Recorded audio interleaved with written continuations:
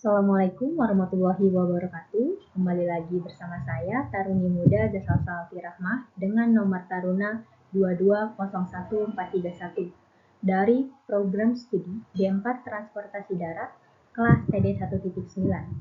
Pada kesempatan ini, saya akan membahas mengenai insulasi termal yang terdapat dalam materi perkuliahan ilmu bahan yang diampu oleh Ibu Atalin Mulyasari. Baik, langsung saja. Apa yang akan dibahas pada kali ini? Yang pertama adalah mengenai pengertian dari insulasi termal.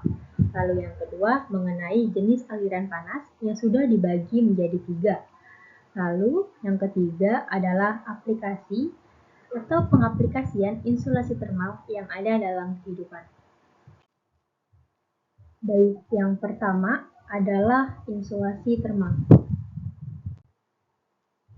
Insulasi termal adalah metode atau proses yang digunakan untuk mengurangi laju perpindahan panas atau kalor. Panas atau energi panas ini bisa dipindahkan dengan cara konduksi, konveksi, dan radiasi, atau ketika terjadi perubahan wujud. Mengenai insulasi termal, hanya dibicarakan perpindahan panas secara konduksi, konveksi, dan radiasi. Aliran panas dapat dikendalikan dengan proses ini tergantung pada sifat material yang dipergunakan.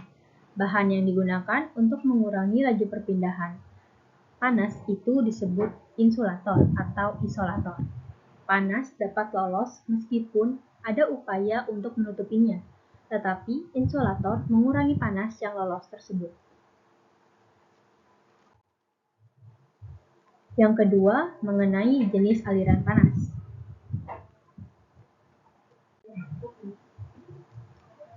Jenis aliran panas dibagi menjadi 3. Yang pertama adalah radiasi termal dan pelindung radiasi.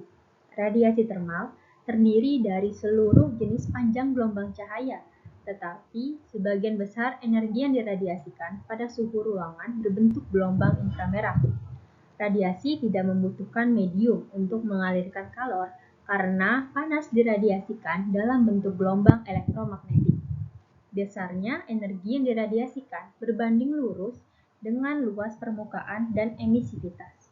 Setiap objek bersuhu di atas 0 mutlak pasti meradiasikan energi. Pelindung radiasi menunjuk pada sifat emisivitas dan penyerapan yang rendah dan refleksivitas yang tinggi. Pada jenis benda tersebut, energi yang diserap jauh lebih kecil daripada energi yang dipantulkan. Logam yang disemir dengan sangat baik memiliki sifat pelindung radiasi yang baik.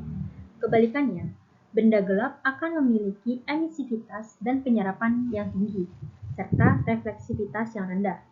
Pada material jenis ini, energi yang diserap akan lebih tinggi daripada yang dipantulkan. Lalu yang kedua mengenai konduksi termal dan pelindung konduktif. Konduksi termal terjadi jika panas mengalir melalui medium dan tidak disertai perpindahan molekul penyusun material tersebut. Laju kalor yang mengalir berbanding lurus dengan ketebalan, perbedaan temperatur, dan konduktivitas termal. Sebagian besar gas, termasuk udara, adalah konduktor yang buruk, isolator yang baik. Pelindung konduktif pada umumnya adalah lapisan material yang mampu menahan laju transfer panas. Sebagai contoh yaitu styrofoam yang memiliki banyak rongga yang diisi oleh udara. Lalu yang ketiga, konveksi termal dan pelindung konvektif. Konveksi termal terjadi ketika panas mengalir melalui medium dan disertai perpindahan molekul penyusun material tersebut. Perpindahan molekul tersebut terjadi karena perbedaan massa jenis akibat pemuaian akibat panas sehingga terjadi suatu aliran. Konveksi bisa diredam dengan cara membagi medium konvektif menjadi beberapa bagian untuk mencegah terbentuknya aliran.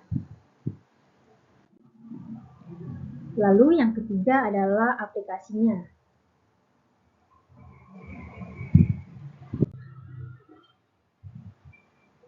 Yang pertama dalam aplikasi insulasi termal dalam kehidupan yaitu pada sistem mekanik.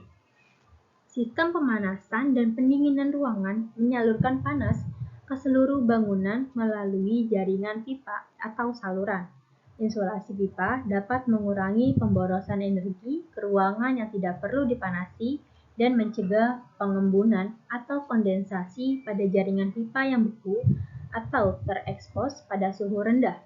Insulasi pipa juga digunakan pada jaringan pipa air minum untuk menghindari pembekuan pipa untuk periode yang diinginkan.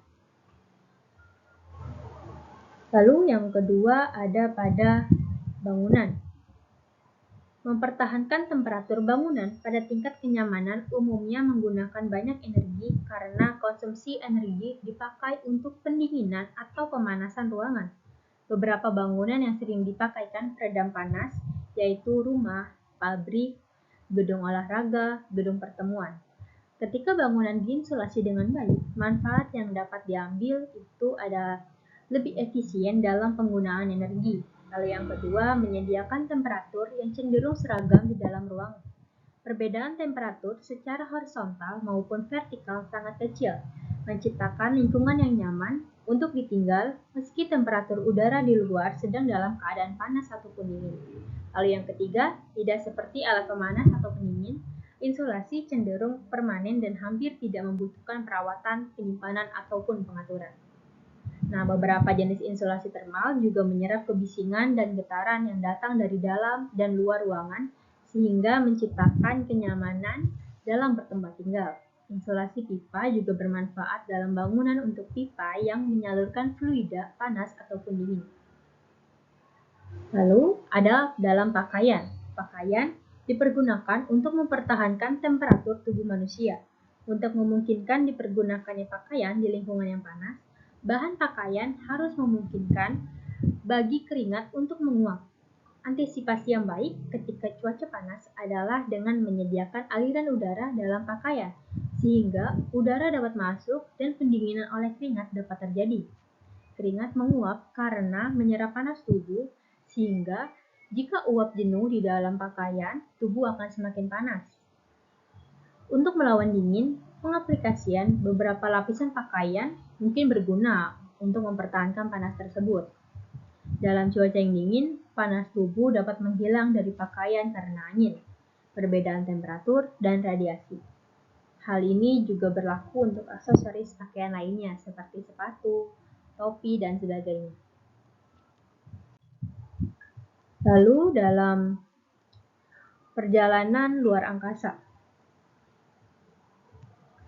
wahana antariksa ini memiliki banyak kebutuhan insulasi. Insulasi yang dibutuhkan harus ringan karena penambahan massa berarti penambahan biaya peluncuran.